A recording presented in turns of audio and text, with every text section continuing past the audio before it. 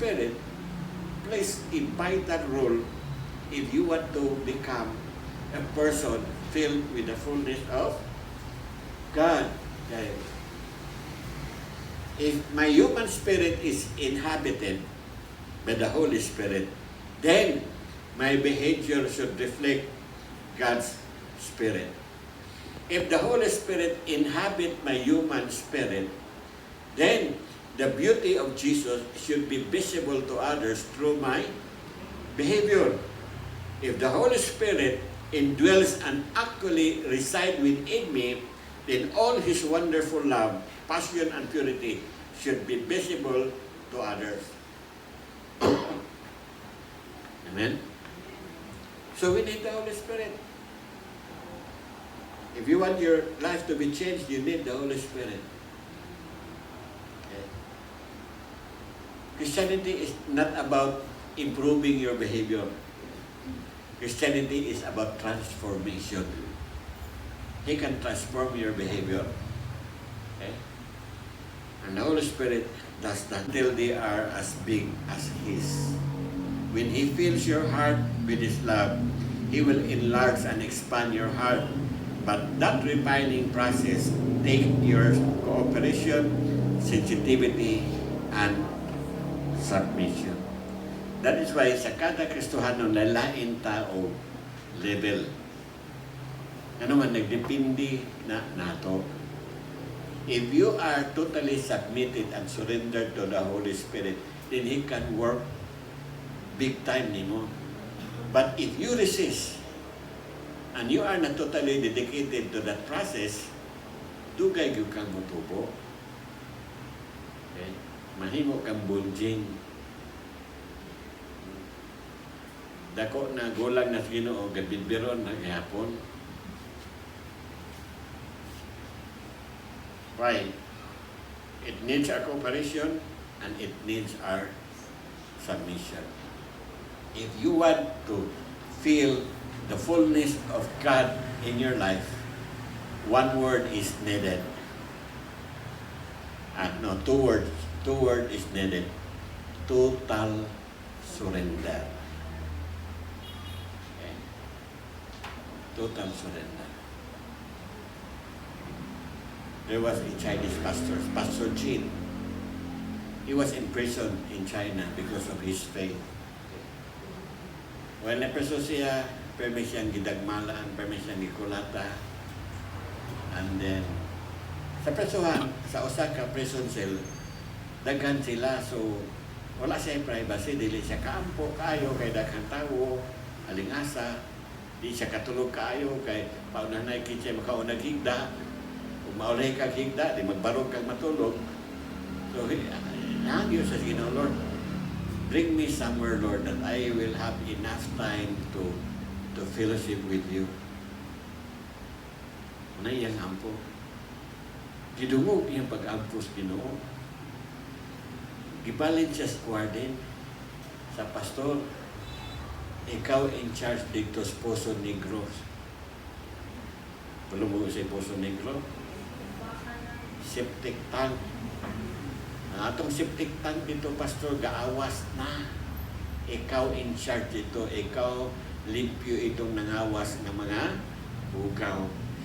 I-force si pastor dito maglimpyo, and he was submerged to a, nga hapit tagahawak. Nireklamo siya sa Ginoo. Ganun na. Di padala ni mo na yung lapitan, Lord, nga, pwedeng bahua, pwedeng fukawa. Ako pag-usawa, ako'y katapak. Di na siya siyon. Sabi niya kung nangayo ka, time nga, kita lang duha. Dito nausog niya ko, ang siya kukaw kanyang trabaho, na nagdayag niya po siya sa Ginoo. Sometimes, kita dili, ako tayo willing mo pay the price ba to get more of God, to become, to have a deeper relationship with God.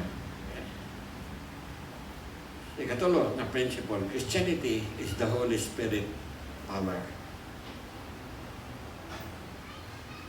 to Him who is able to do immeasurably more than all we ask or imagine, according to His power that is at work within us. So, kita mag-ampo ta. Atong ampo, tayo sa langit. Nagulat as langit nga mo action sa ato mga pag-ampo. When in fact, yun yung versikulo ha. Kanang tubag sa tanan ni mo mga pag-ampo, naara sa sulod di mo. Ato nga tawag. To Him, to the Holy Spirit, who is able to do immeasurably more than all we ask or imagine. Na by limiting imagine? Wala, depende na imong imagination. According to His power, the power of the Holy Spirit, that is what? At work within us. So asa ang gahom nga mutubag sa imong pag-ampo? Sa langit o nasulod nimo? Kadaghanan nagtuo nga tuas langit. Why? Because they have never cultivated a deep relationship with the Holy Spirit. Smith Wigglesworth, nagsakay siya train. Ang train punog mga tao. Ang isin niya kini mga tao na walay Ginoo. So nag-ampo siya, Lord, ako nag-ampo nimo nga kini nga train sa di pa maabot sa iyang destination. Kining tanang pasahero maluwas. Siyempre nag-ampo si Smith Wigglesworth. Wa pag-abot dito sa destination, tanang pasahero na hinulsol na naghilak na sulod sa train. Wa na gani siya niwali. Igor siya nag-ampo nga, Lord, luwasan ni mga tawanan sa di pa maabot silang destination. Ano man gamanan kayo sila? Sige. Ano man nga si Smith Wigglesworth, 26 kami natay ang iyang gibanhaw. Many of them, gibutang nas lumong. Kaya buhaton, abrihan ng lumon, sumbagon sa kuto-kuto ng patay, mo barog lagi, mag-ubo-ubo. Sumbagon, o dili mo barog, iya magkuhaon, ihapak sa bungbong ng likod binantay, mo barog lagi. I mean, ngano ni mga tawanan, nga gamhanan kayo. Nga parehang naman ta Ginoo. Ang diferensya naa sa level sa atong pag-surrender ngadto sa Holy Spirit. Amen. Amen. Ganahan mo may mga Smith Wigglesworth. You studied John J. Lake. Grabe, John J. Lake. Sa Spokane City, sa Amerika. Musulod to hospital. How as yun tanan? Walay mabilin nga pasyente sa hospital. You can read it sa iyang account, sa iyang life. Grabe ito si John J. Lake. Murang dili, malipay niya yung tagiya sa hospital, makita ang John J. Lake, yung maputo yung hospital. Wa na yung pa-admit. So, kasi na nila, Holy Spirit. Grabe.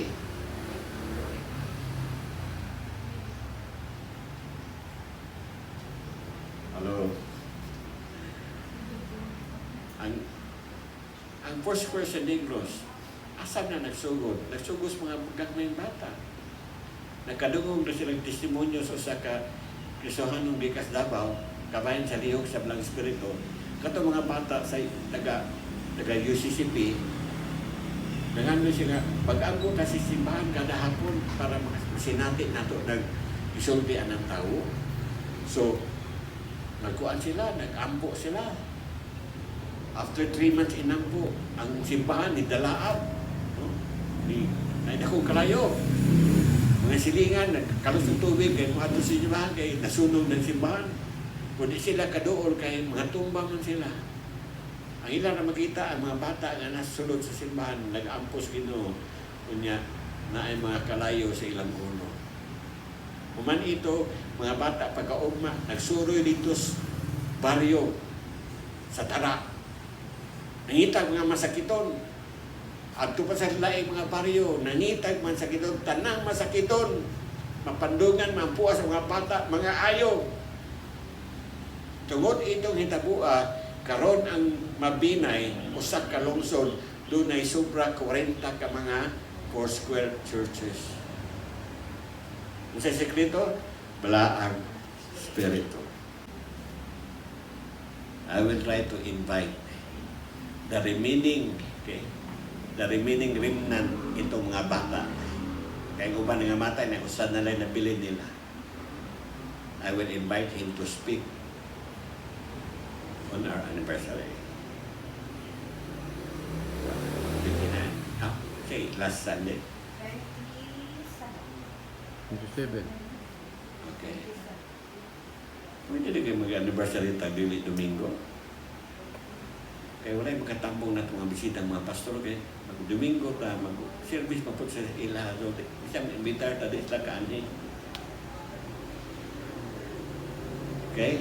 So, I will try my best to invite Pastor Ruben Quiliope, the only survivor of that children.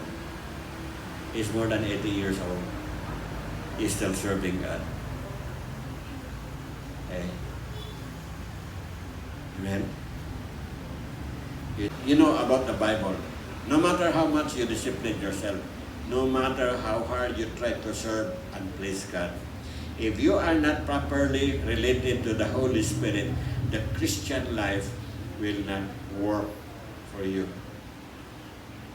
The Holy Spirit is the key to the Christian life. The Christian life is not ritual or a set of teaching, but a relationship with God through His Holy Spirit. The Holy Spirit was given to make Christian life experiential, to make Jesus Christ real. Eh, tinuod, si tatay may gumos Ginoo, nakadungog na mo. Lahat mo na nakadungog. Kay balo, mas lamig itong naka-experience. Eh? Knowing the Holy Spirit is not an option for every Christian. Dili na siya option. Wala kay kapilian. It's either you have the Holy Spirit and become a Christian, or you don't have the Spirit and become an unbeliever. Without the Holy Spirit, the church will lose its power, influence, and impact. It will even cease to exist. The church in the book of Acts was birthed by the Holy Spirit, and it will only be sustained by the Holy Spirit. So do not ignore your need for the Holy Spirit. He is everything you need. Without the Holy Spirit, our Christian life is powerless. Without the Holy Spirit in us, we cease to be a Christian. Romans 8:9 says, "But you are not ruled by your sinful selves. You are ruled by the Spirit, if that Spirit of God really lives in you. But the person who does not have the Spirit of Christ does not belong to Christ." So kung wala kay Holy Spirit, dili ka ayan ni Kristo. So meaning, you are not a Christian. Sigurado po muna yung Holy Spirit. Amen. Amen? So we will continue our series on this. No? I will continue on that. Like, we need to learn more about the Holy Spirit. Okay? I still have many things to teach you about the Holy Spirit. And as we continue studying the Holy Spirit, expect the level of His presence to increase. And you better expect that something great will happen in our midst. When you start to engage with the Holy Spirit, something big will happen. Believe me. Diha nakukikan. The Holy Spirit, the more you are serious in studying about the Holy Spirit, something will start to happen in your life and in this church. Amen? Hallelujah. Father Lord, we thank you, God, for your gift in the person of the Holy Spirit. He is one of the greatest gifts that we receive from you. You have given us the things that we badly needed, Father God, to sustain our Christian life, so that we may be able to fulfill our purposes on earth with the help of the Holy Spirit. Lord, help us live a life that is totally dependent on Him. Help us to fully surrender to Him our life, Father God, that He will take good to those people who are totally submitted to Him. Salamat, Lord. God, this is our desire. Help us, Lord, that in our succeeding Sundays, we will continue to grow in our knowledge and experience of the Holy Spirit, who is our God, our strength, our wisdom, our helper, and our guide. Salamat, Ginoo. Nalay kong kasoy katapusan. Ako gibalik kay mo tanang dungog himay.